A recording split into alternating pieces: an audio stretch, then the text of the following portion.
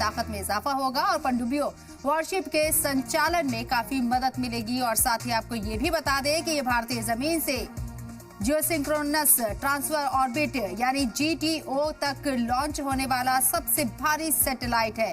Rocket जब इस orbit में सैटेलाइट छोड़ देगा तो 3 से 4 दिन बाद सैटेलाइट इंजन फायर करेगा और ऑर्बिट को सर्कुलर कर लेगा।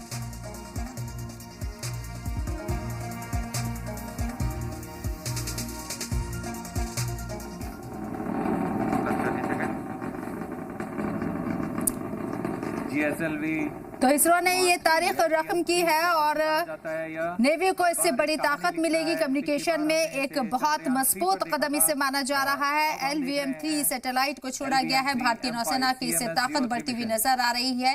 LVM-3 से भेजा है सबसे भारी सैटेलाइट।